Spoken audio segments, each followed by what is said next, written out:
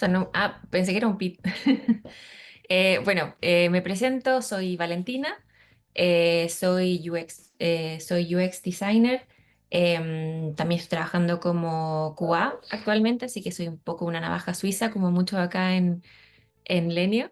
Y hoy día vamos a estar hablando del UX Writing, particularmente de los conceptos de copy, traducción y localización, que son cosas súper relevantes hoy en día, en el concepto, obviamente, en el contexto del desarrollo de productos digitales. Un poquito de la agenda de lo que vamos a estar hablando en estos 45 minutos. Vamos a hablar, obviamente, del concepto de copy, de lo que es el UX Writing con respecto al copy, cómo es la traducción de los productos digitales y o sea, y las dificultades que se enfrentan en ese tipo de actividades. Em, Algo muy similar, pero que también es distinto, es cómo es crear el contenido en otro idioma. Vamos a hablar también de localización y de la colaboración que se debe tener o se debiera tener con otros roles del UX o también con otros roles dentro del equipo u otras personas externas. Y al final vamos a dejar un espacio para que conversemos y para que hagan preguntas. Así que vamos a estar partiendo con este concepto de copy, que obviamente uno al tiro piensa en copyright, em, en el contexto de los productos digitales, porque obviamente copy y copyright significan muchas cosas dependiendo del contexto, pero en el contexto de los productos digitales, em, y cómo esto básicamente es el arte de crear contenido centrado en el usuario. Entonces, lo primero que vamos a estar hablando es qué es este copy. El copy es todo lo que vemos que sea textual en una plataforma digital y que básicamente guía al usuario para poder interactuar con ese producto. Este copy nos va a garantizar que esa interacción sea lo más fluida y amigable posible y también nos va a asegurar de que el usuario entienda todo lo que pasa durante su transición desde una sección a otra, que entienda cada pantalla que le aparezca, que sepa cómo hacer cada cosa y que pueda cumplir todas las acciones que quiera hacer dentro de esta plataforma. Estamos hablando de botones, mensajes de alerta, tooltips, etiquetas, formularios, etcétera. Pero como les decía al principio, ¿cuál es la diferencia entre copy y copyright? Obviamente vienen de la misma raíz de la palabra y estos conceptos tienen distintos significados dependiendo del contexto, pero en el contexto del desarrollo de productos digitales, el copy y el copyright se diferencian principalmente en el estilo de escritura y en el objetivo. El copyright va mucho más orientado a lo que es el marketing, va muy en sintonía con los objetivos o con la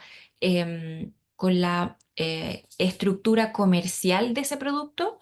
Sin embargo, el copy tiene mucho más que ver con la voz del producto y cómo el producto se comunica con el usuario. Ese producto digital, estamos hablando de que cuando es copy, yo explico exactamente para qué sirve un botón con una palabra. En cambio, en copyright, si estoy, por ejemplo, en una landing page, tengo que asegurarme que el usuario sepa exactamente o quiero atraer al usuario a que presione ciertos botones o a que haga ciertas acciones. Entonces, si te fijan, las dos cosas tienen mucho que ver con el mundo del producto digital. Sin embargo, em, hay objetivos distintos y contextos distintos. Ahora, profundizando un poco más en lo que es el copy, normalmente está asociado al microcopy. ¿Y por qué se le llama microcopy? Obviamente porque hay muy poquito espacio para decir muchas cosas. Un ejemplo muy claro es esta imagen que les puse acá, em, y que podemos ver como un poco en contexto todos estos microcopy o todas estas cositas que tienen que ver con el copy en un producto digital. Como les decía antes, las etiquetas, los formularios, los botones, la descripción de un campo, los tooltips, títulos, subtítulos, descripciones, etcétera. Em, Algo que es súper fundamental en ambos conceptos es que tienen que considerar siempre a los stakeholders. En el caso del copy o del UX copy, cuando hablamos de stakeholders, hablamos no solamente del usuario y el cliente, porque no necesariamente son la misma persona, pero también tiene que ver con estar súper en sintonía con todas las todos los actores que van a estar asociados a este producto. Yo tengo que entender muy bien cómo funciona mi producto y significa que uno de mis stakeholders también es mi equipo de desarrollo, em, es el equipo comercial, el equipo de investigación, etcétera. O sea, todas las personas asociadas al producto son stakeholders y deben ser considerados a la hora de generar este copy. Y es súper importante, súper como complejo, una de las mayores complejidades es equilibrar las necesidades de todos estos stakeholders y al mismo tiempo decirlo en muy poquito. Como dice muy bien en esta cita, el UX copy tiene mucho que ver con la importancia de decir mucho y lo mejor posible, pero con poquitas palabras. Y ahí tenemos que aprender un poco como a dejar ir algunas cosas por el bien em, de lo más óptimo. Em, Ahora, el copy solamente por copy son las palabras, las cosas textuales que hay en una plataforma digital.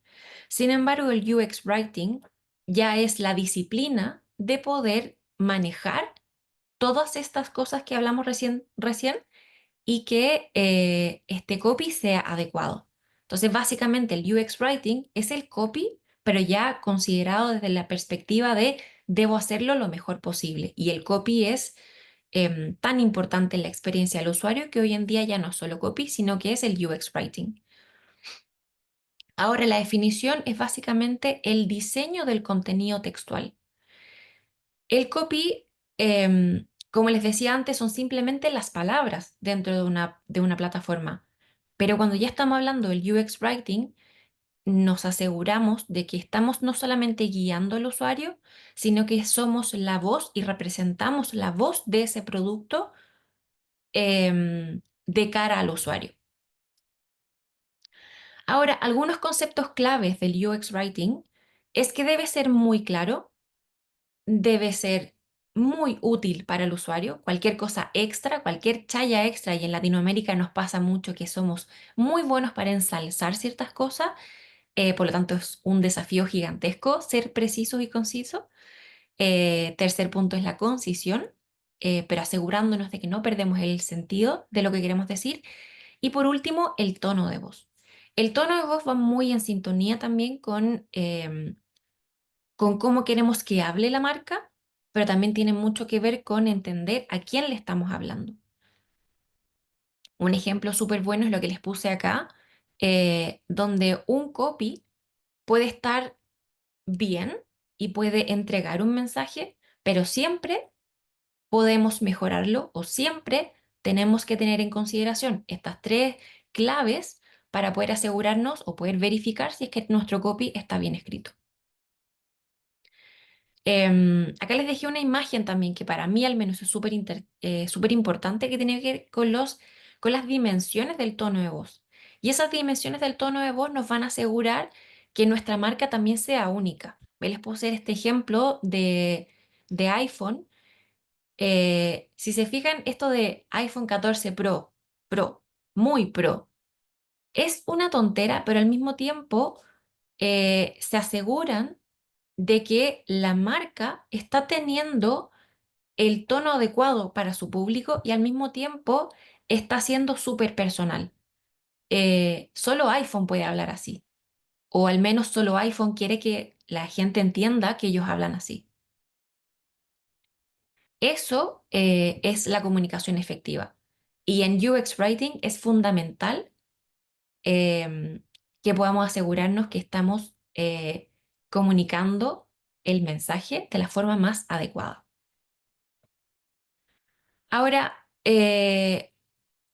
para poder comunicarnos efectivamente, tenemos que asegurarnos que entendemos las estrategias, tanto comerciales como de marketing, pero al mismo tiempo esto debiera ayudarnos a poder crear nuestra propia estrategia de comunicación.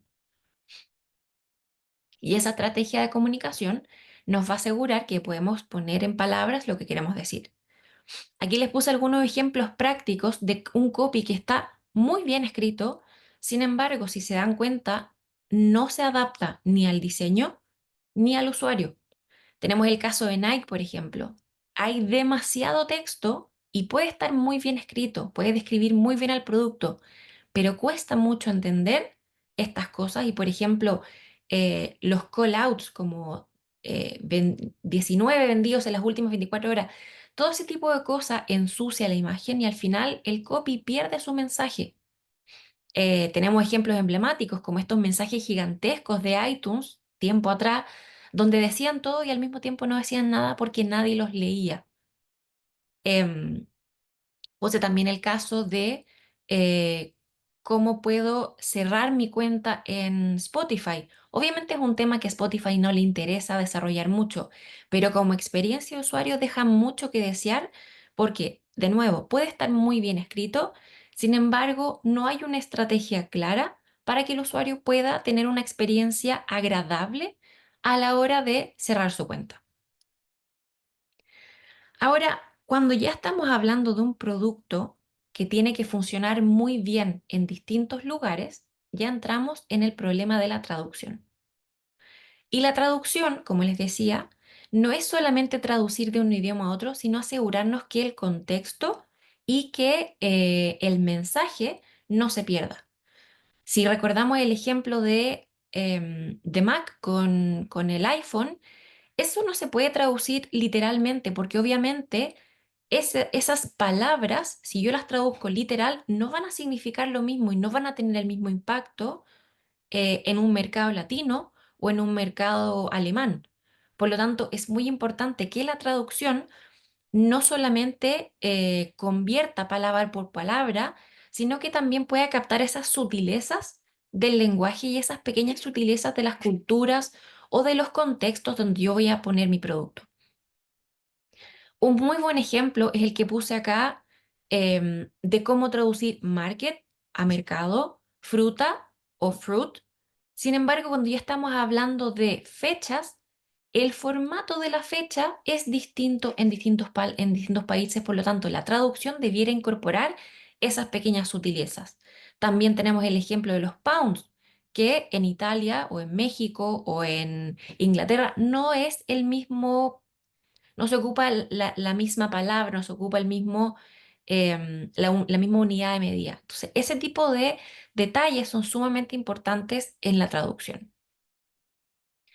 Ahora, obviamente, siempre nos vamos a enfrentar a la dificultad técnica de que no siempre vamos a tener un equipo de traducción profesional al lado y por eso es súper importante que entendamos la diferencia entre traducción literal y contextual y muchas veces podemos hacer una traducción literal teniendo cuidado de estas pequeñas cositas que les dije anteriormente, pero manteniendo un mensaje más bien universal o más bien neutro en distintos países. Sin embargo, hay otros casos en que voy a tener que aplicar la traducción contextual y asegurarnos que yo traduzco o cambio el mensaje para que se adapte a ese contexto cultural. Acá tenemos como un ejemplo súper claro, que es el depósito líquido de la robotina. No sé cuántos de ustedes tendrán un robot aspiradora, pero hay algunos que tenían esta plataforma y obviamente en la versión en inglés eran todos estos mensajes de alerta muy acotados. Sin embargo, en el caso de la traducción al español, no solamente es redundante, sino que es muy largo y muy poco claro y además no tienen el mismo significado y no se adaptan al habla cotidiana de los hablantes al español. Ahora, les puse también algunos ejemplos prácticos de algunos ejemplos, digamos, como errores emblemáticos en traducciones. Aquí obviamente lo mezcleo un poco con otros rubros, no solamente con el UX. Tenemos el clásico ejemplo del KFC, cuando intentaron poner su producto en China, tradujeron este concepto del finger licking good demasiado literal y en China se leía como un eat your fingers off. Obviamente eso no tiene la misma, no tiene el mismo contexto, no tiene el mismo, no se entiende de la misma forma y por lo tanto esa marca le costó mucho entrar al mercado chino, obviamente por otros motivos, pero este eslogan claramente no ayudó. Em, Tenemos otros casos, por ejemplo, de muy buena traducción, como por ejemplo Netflix, en que no solamente adapta el mensaje, sino que también adapta en el caso de este idioma acá, que no estoy segura cuál es, creo que es de Malasia, donde el botón se pone por delante del texto, porque obviamente ellos entendieron que el contexto necesitaba adaptaciones también visuales. Em, Tenemos también estos clásicos ejemplos en videojuegos donde la traducción nunca ha sido la mayor, digamos, expertise de los videojuegos y siempre han tenido problemas. Em, pero hay ejemplos clásicos de, por ejemplo, Final Fantasy que tuvieron muchos problemas de adaptación porque no se entendían las ideas y, por ejemplo, cuando hablamos de party en un videojuego donde hay un equipo, estamos hablando del equipo, no de la fiesta. Entonces, cuando le hablamos al usuario que su fiesta lo está esperando en el segundo piso, claramente perdimos el contexto y si alguien que no habla inglés no entiende ese error de traducción, tenemos grandes problemas a la hora de que nuestro producto llegue bien al usuario. Ahora, ¿cuál es la mayor importancia de la traducción em, cuando vamos a poner nuestro producto en otro mercado? Uno es asegurarnos que ese mensaje resuene en distintas culturas y por eso es tan importante que hagamos la traducción bien. Dos, nos vamos a asegurar de que evitamos errores por tratar de hacer una traducción muy literal. Si lo hacemos bien, nos evitamos errores de forma temprana. Vamos a construir confianza en nuestra marca. Cuando una marca como por ejemplo KFC comete errores tan graves como ese, em, pierde confianza de sus usuarios y eso es muy importante o muy grave. Y por último, cuando logramos una buena traducción o cuando nos aseguramos de que nuestros productos estén bien traducidos, eh, también vamos a garantizar que la accesibilidad a nuestro producto es mucho más amplia y por ende, obviamente, vamos a garantizar que vamos a entrar mejor a nuevos mercados. Ahora, ¿qué pasa cuando de lleno vamos a estar no traduciendo, sino generando el contenido en otro idioma? Y creo que eso es algo que nos pasa a nosotros acá en Lenio todo el tiempo. Em, y es porque vamos a estar trabajando con clientes de otros países y por ende tenemos que crear en un idioma que no es nuestro idioma madre. Y acá me gustaría hablarles de un ejemplo en específico con el que me tocó trabajar, que es TaxFix. Em, y en el caso de TaxFix nos pasaban varias cosas muy, muy particulares y es que éramos distintas personas con distintas lenguas madres trabajando en un producto en un idioma que ninguno de nosotros hablaba y el único idioma que teníamos en común era el inglés. Por lo tanto, nosotros diseñamos el producto o diseñamos la maqueta en inglés para luego traducirla al idioma en cual queríamos probarlo. em, y al mismo tiempo, cuando estábamos diseñando en microequipos, diseñábamos algunos flujos o algunas ideas en distintos idiomas, alemán, italiano, español, etcétera. Por lo tanto, acá se produce em, un conflicto, que es cómo me aseguro que el objetivo de lo que quiero decir se garantice en el producto final, o sea, en el idioma final. Y obviamente también tenemos que asegurarnos que evitamos malentendidos por errores o dificultades de traducción o de cambio de idioma.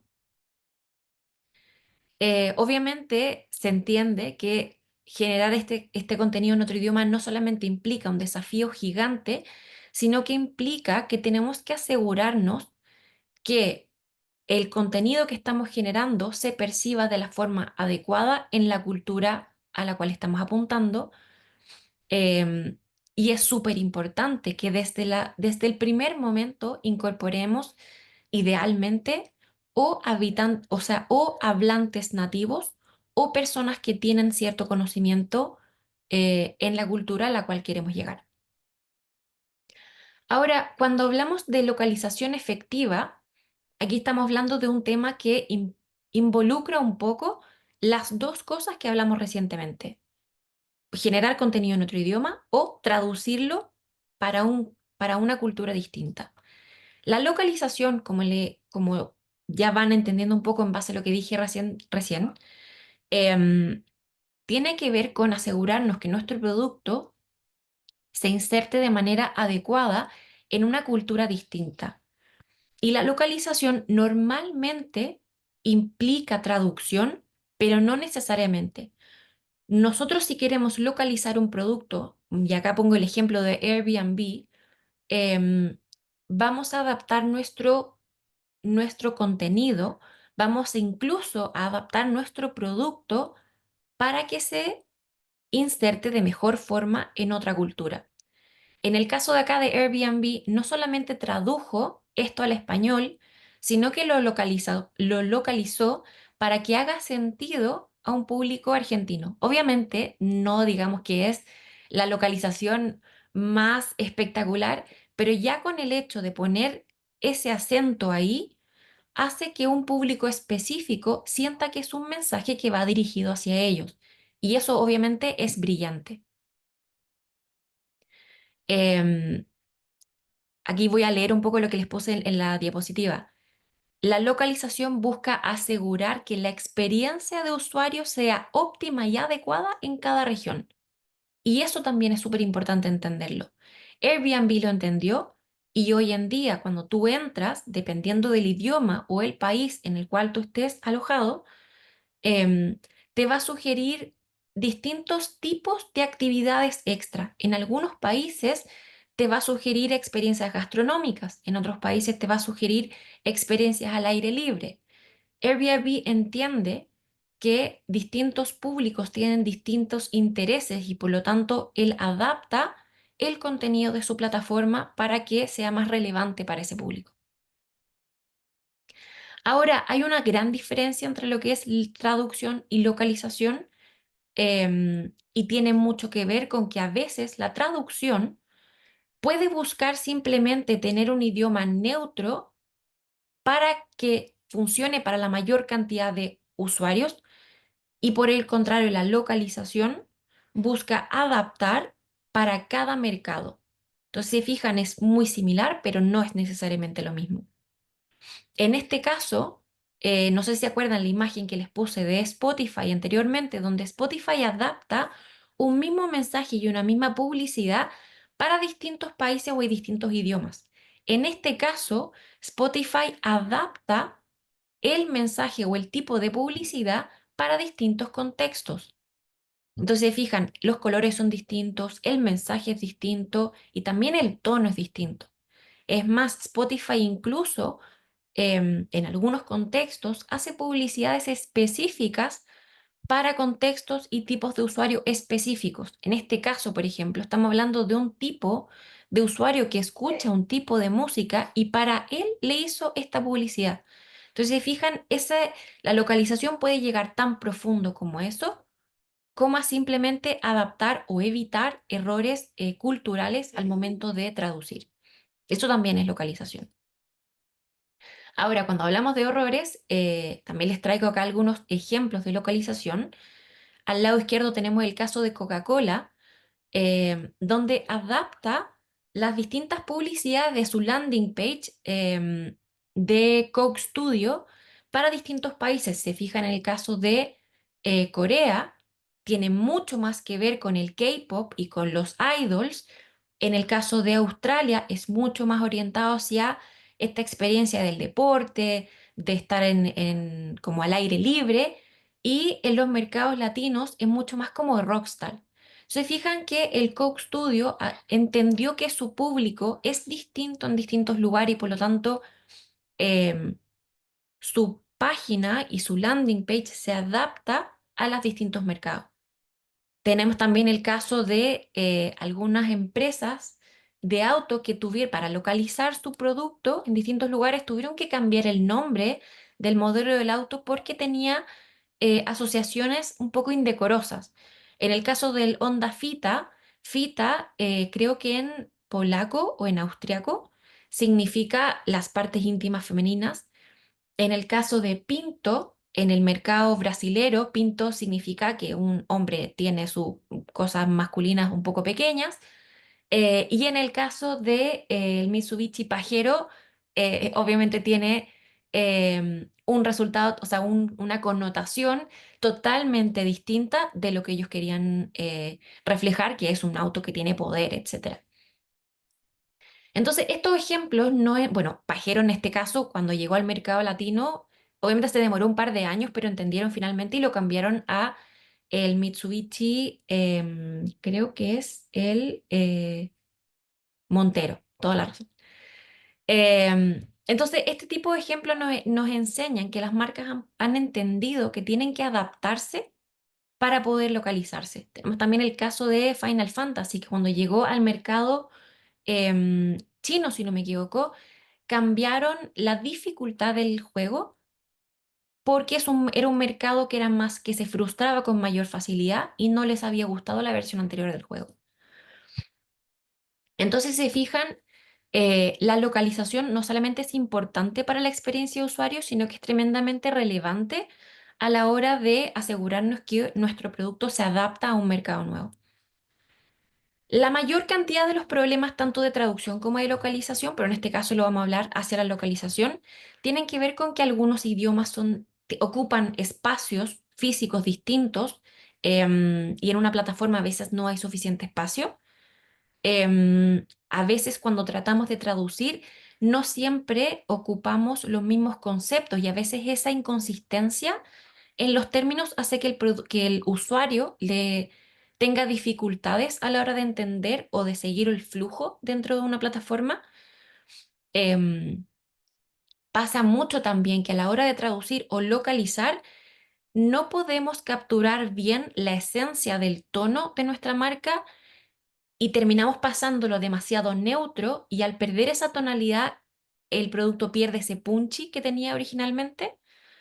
Muchas veces pasa que no podemos adecuarlo culturalmente y tiene esa pequeña como inadecuación donde no es relevante culturalmente o no se adapta correctamente a lo cultural y a veces, esto es un problema más de traducción, nos cuesta entender que hay una diversidad cultural o una diversidad lingüística cultural. Hay países donde se hablan distintos idiomas y no todos los miembros de ese país están cómodos con el lenguaje como adaptado nacionalmente.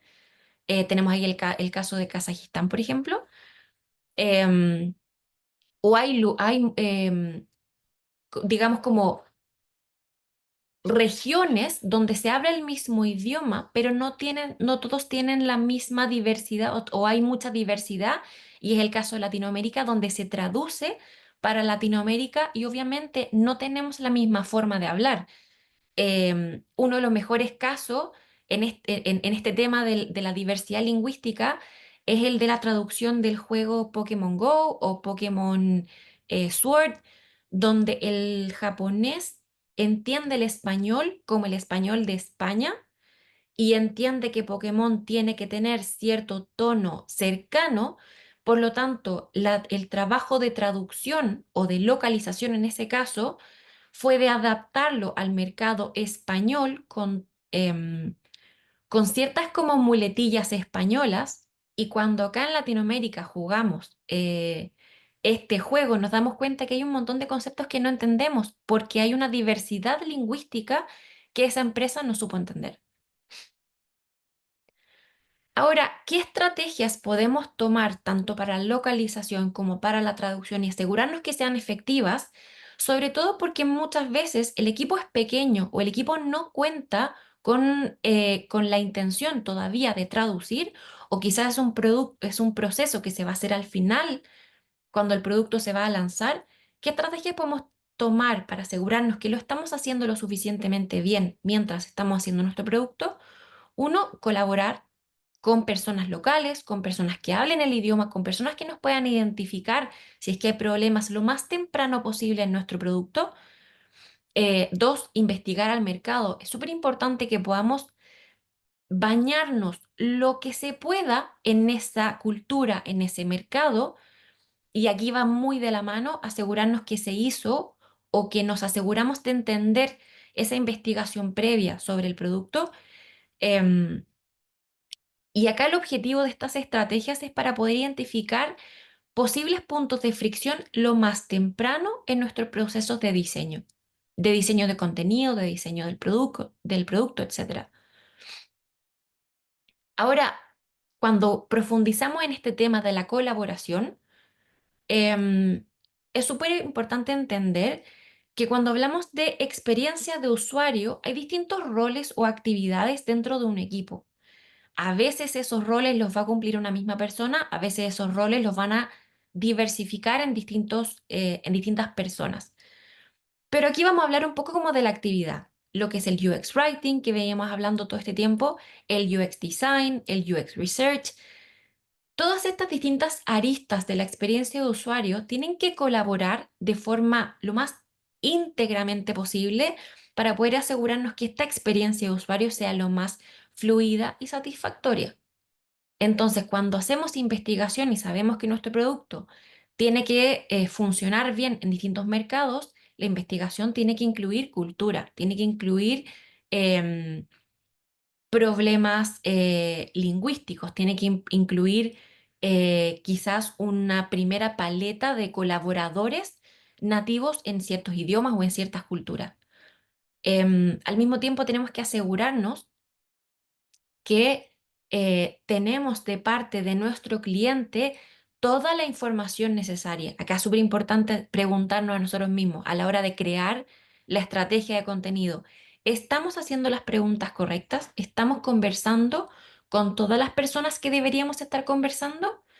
Em, Muchas veces entramos en un proyecto y tenemos un project manager, tenemos un equipo de desarrollo, pero le estamos haciendo las preguntas a todos ellos y sabemos exactamente todo lo que tenemos que saber del producto antes de empezar a hacer la estrategia de comunicación.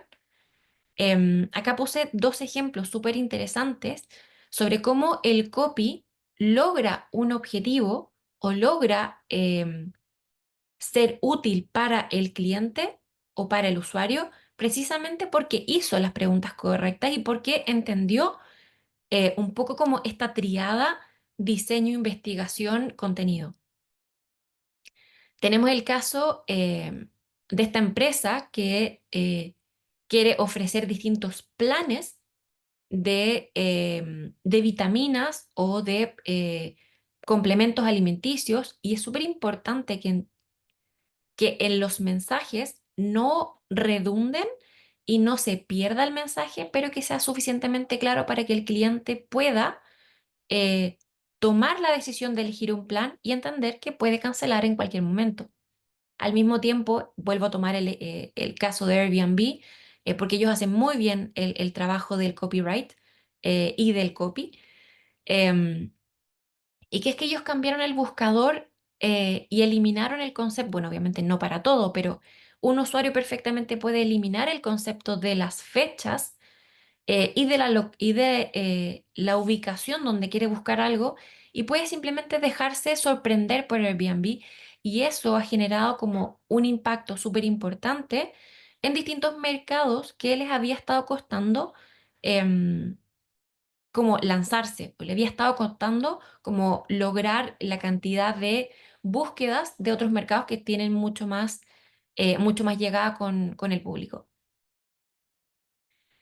Em, de la mano con esta colaboración con los distintos roles de UX, tal cual como le he dicho durante toda esta charla, em, tenemos que tener muy claro que estamos colaborando adecuadamente con todos los stakeholders, el equipo de marketing, el equipo de desarrollo, los clientes, el equipo comercial. Esta colaboración con stakeholders nos va a asegurar y nos va a garantizar que cuando generamos nuestra estrategia de comunicación estamos 100% alineadas o alineados con los objetivos y las necesidades de todas estas personas y cuando comunicamos vamos a comunicar de una forma mucho más efectiva y mucho más rápida.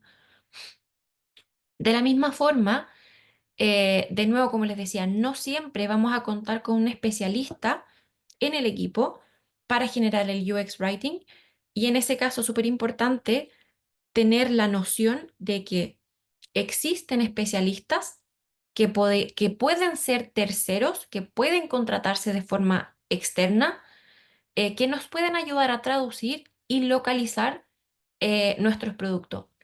es súper importante entender la importancia del contenido en la experiencia de usuario y de esa misma forma vamos a poder también valorar aún más esa colaboración con especialistas. Y por último, también, si es que no podemos tener en nuestro equipo especialistas, asegurémonos de tener al menos un equipo de hablantes nativos o de personas que conozcan la cultura para que nos ayuden a validar lo que estamos haciendo y a garantizar que no tenemos errores o horrores lingüísticos en nuestro producto y que tampoco hay fricciones culturales. Em, Obviamente les hablé de varios conceptos y varias cosas. En esta cantidad de tiempo no podemos profundizar mucho más. Em, pero sí me gustaría dar este espacio de preguntas y comentarios para que me cuenten em, cómo han sido sus experiencias con la creación de contenido, em, con las mayores dificultades que han tenido ustedes cuando han tenido que, por ejemplo, crear contenido en otro idioma, o cuando se han dado cuenta que quizás ciertas localizaciones no están bien hechas, quizás con productos o con plataformas que ustedes utilizan a diario. Em, yo no miré el chat durante la charla, así que lo voy a mirar ahora por si es que hay alguna pregunta por ahí. Así que eso, les dejo el espacio para que me pregunten. Gracias, Valen. ¿Se suman algún comentario, chicos? En el chat, no había ninguna consulta, solamente si luego íbamos a subir la charla a YouTube y la respuesta es que sí, chicos. Después vamos a tener publicada la talk. Pero siéntanse cómodos por allí de compartir sus experiencias, como dice Valen, en la creación ok, o no, en la creación del contenido o lo que han estado trabajando para que podamos compartir entre todos. Irene levantó la manito. A ver, Ire, cuéntanos. No, Valen, te quería decir que excelente todos los conceptos que trajiste. La verdad que eh, por ahí hacemos tantos trabajos que por ahí la parte de UX Writing queda como relegada a menos que tengas un equipo específico de eso, que se encargue de eso, que no en todas las empresas pasa, así que estos fueron como muy buenos tips para los que por ahí no tenemos un equipo que se encargue de eso. Y también yo hace un tiempo, antes de trabajar en esta empresa, trabajaba en otra empresa que teníamos un cliente muy grande de computadoras y servicios eh, de computación y nos mandaban el diseño en inglés y después un Excel con todos los idiomas a los que había que traducir y nos quedaban choclos gigantes porque por ahí venían en ruso, en chino, en japonés y obviamente copiar y pegar por ahí no funcionaba porque teníamos que adaptar todo el diseño y tocar parte del código específicamente para ese idioma porque no nos entraba todo el texto que nos mandaban, que por ahí en inglés eran 2 líneas y en ruso eran 15. Eh, Así que nada, es como re fundamental tener en cuenta eso cuando trabajamos con marcas que son multinacionales. Gracias, Irene, por compartir tu experiencia. Sí, vale, adelante. Sí, no, iba a comentar que obviamente a mí también me ha pasado mucho. em, y tal cual como dice Ire, muchas veces nos va a pasar que no va a haber un especialista em, ni en UX Writing, ni en traducción, ni en localización. Sin embargo, es súper importante que como desarrolladores de productos digitales entendamos la relevancia del UX Writing en la experiencia del usuario. Por lo tanto, si es que no hay un especialista, quizás yo como UX designer soy el responsable. Y eso no me convierte o no me obliga a ser especialista, pero sí es mi deber garantizar que dentro de mis posibilidades estoy asegurándome que el UX Writing esté lo mejor que pueda. Y creo que eso es como el mayor concepto que me gustaría que se llevaran, y es que el copy siempre va a existir y siempre vamos a poder ponerlo de alguna forma u otra y el usuario se las va a arreglar. Sin embargo, em, es importante que entendamos que si estamos a cargo del UX Writing o si estamos a cargo de un producto digital, el copy es fundamental y no podemos dejarlo solo para el final y no podemos simplemente asegurarnos que el Google Translator nos va a hacer las mejores traducciones. Si no tenemos un especialista, debemos validar y debemos asegurarnos de hacer la mayor cantidad de pruebas que podamos. Y acá hay un concepto súper choro que lo aprendí tanto en Inglaterra como en el proyecto de TaxFix, y es el concepto del Friends and Family. Y suena tan tonto, pero es tan práctico y es, en cuanto tengas tu primera versión de prototipo, pruébala con tus amigos y con tu familia. Pruébalas con la gente cercana y si tu cliente tiene limitaciones de seguridad o eh, no puedes mostrarlo, pruébalo con tu equipo. Asegúrate que ustedes conversen sobre si el contenido es claro. Fernando tiene la mano levantada también. Sí, Gracias. Valen. ¿Qué tal? Hola. Primero que nada, buenísima la charla, me encantó. Y la presentación muy prolija también.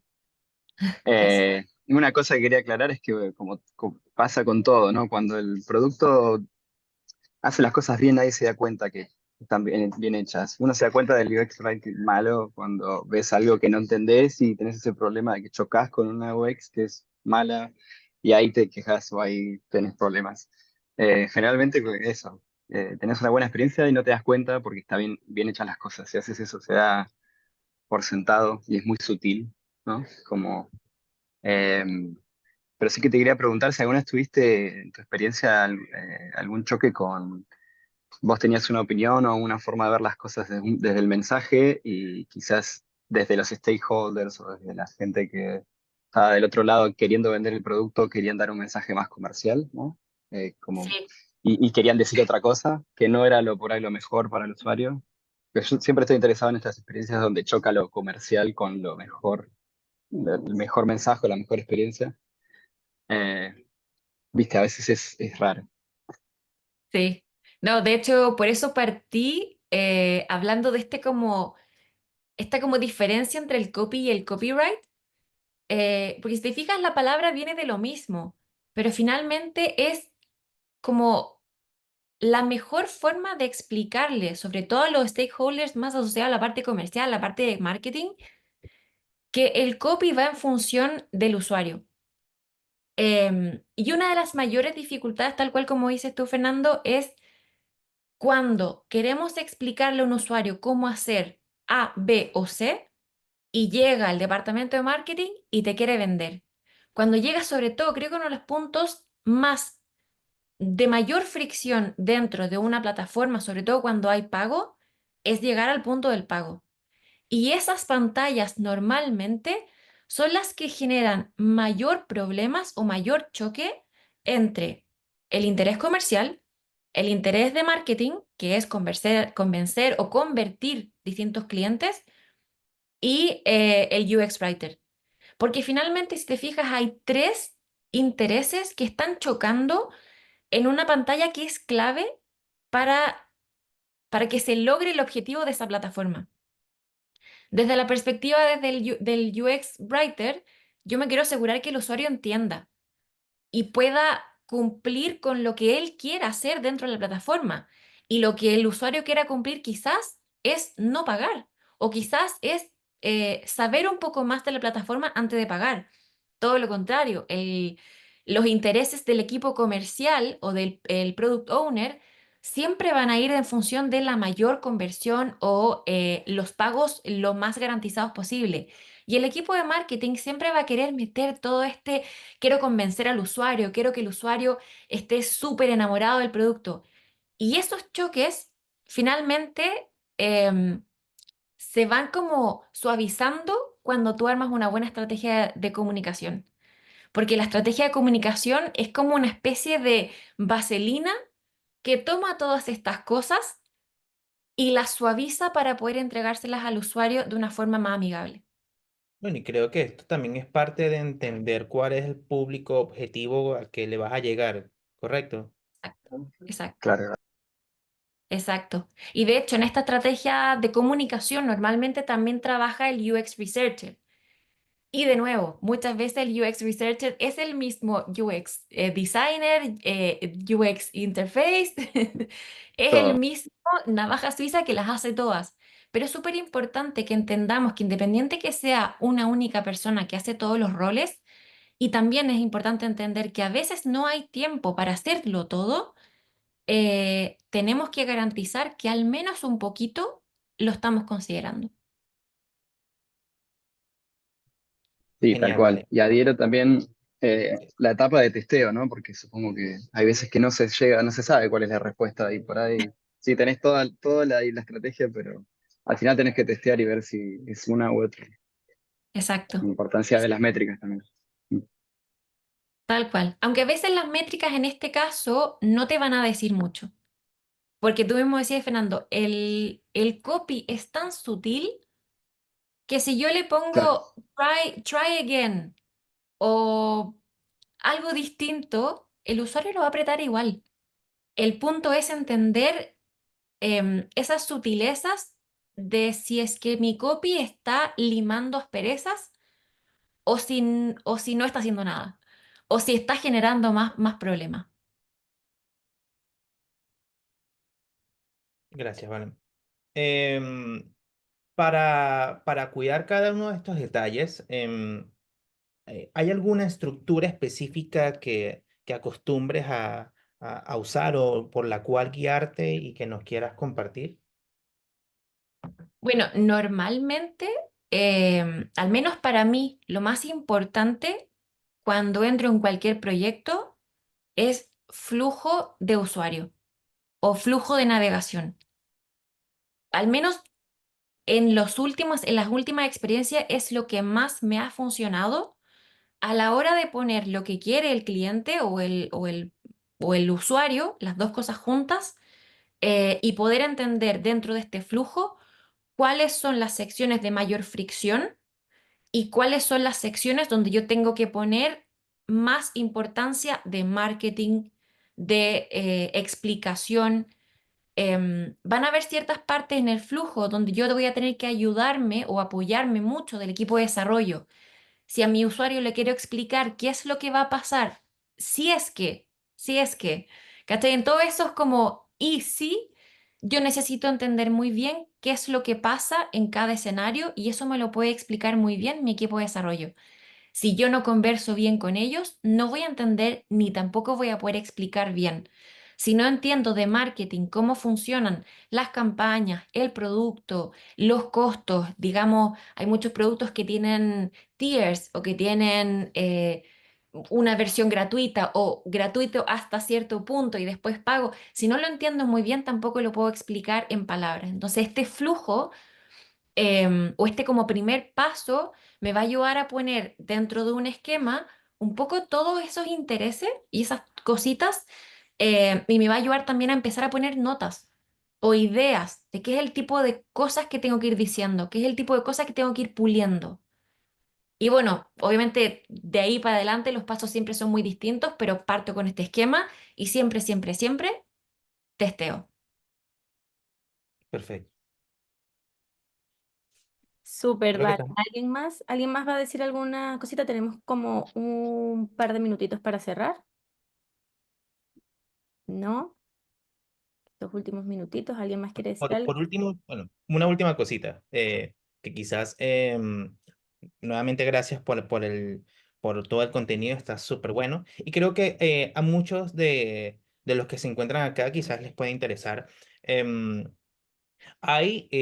o recomiendas algún libro, curso o recursos inclusive que tengas a disposición o que por allí sepas y quieras también comentárselos al resto de los chicos para que también por allí puedan empaparse y profundizar un poco más sobre la información? Em, Hay un libro que en este momento no me puedo acordar cómo se llama el autor, pero se llama Don't Make Me Think. Ok, Y creo que es brillante. O sea, el concepto es, creo que explica muy bien hacia dónde apunta el UX Writing. Don't Make Me Think. ningún usuario quiere leer demasiado y ningún usuario quiere que le expliquen tanto las cosas, pero quiere saber muy bien qué es lo que va a pasar en cada etapa. Em, y cursos hay muchos, pero yo creo que depende mucho de cuáles son sus intereses, si van más hacia la localización, porque es un tema en el UX Writing. La localización es fundamental también y es un tema que está muy en boga hoy en día. Em, pero como depende mucho de sus intereses, yo les recomendaría ver muchos videos de YouTube, porque hay muchos UX writers hablando de sus experiencias. em, y les van a ayudar a entender como conceptos básicos y desde ahí van a encontrar como quizás algún tema que les guste más y desde ahí buscar este curso. Porque un curso de UX Writing no creo que les vaya a dar muchas más herramientas que ver muchos videos. No sé si como que me doy a entender porque suena Exactamente. como vean videos, pero es como el curso de UX Writing tiende a ser un poco más plano, un poco más como aprendan a escribir y eso es Claro, difícil aprenderlo en un curso. En Claro. cambio, cuando profundizan en un tema como la localización o buenas prácticas de traducción sin ser traductor, em, esos cursos más específicos quizás podrían ser mucho más relevantes. perfecto, vale. Muchísimas Bueno, gracias, Valen. por mi lado, súper contento con la información. Nuevamente darte las gracias por haberte sumado a esta iniciativa. La verdad, un contenido súper interesante que vamos a estar compartiendo próximamente. Antes de cerrar, no sé si alguien tiene alguna otra pregunta, comentario que sumar. Bueno, además de que estás recibiendo muchas felicitaciones Claro, por allí, por el duda. chat, ¿vale? Muchas gracias. Bueno, No, entonces yo creo que podemos cerrar. Les agradecemos a todos los que vinieron, a los que disfrutaron esta talk. Después va a estar disponible en el canal de Lenio y los invitamos a que sigamos esta conversación también por ahí escrito. Utilicen los recursos, los canales que tenemos en Slack, compartan videos por allí que consigan, como lo mencionó Valen, de YouTubers, de sus experiencias, que creo que la idea de también tener estos espacios es seguir creando comunidad. Así que no dejemos de hacer eso, chicos. Y nada, nos estamos viendo por Slack. Muchísimas gracias, Valen. Muchísimas gracias a todos y nos vemos el próximo jueves. Chao. mil Chao. gracias, chicos. Chaito.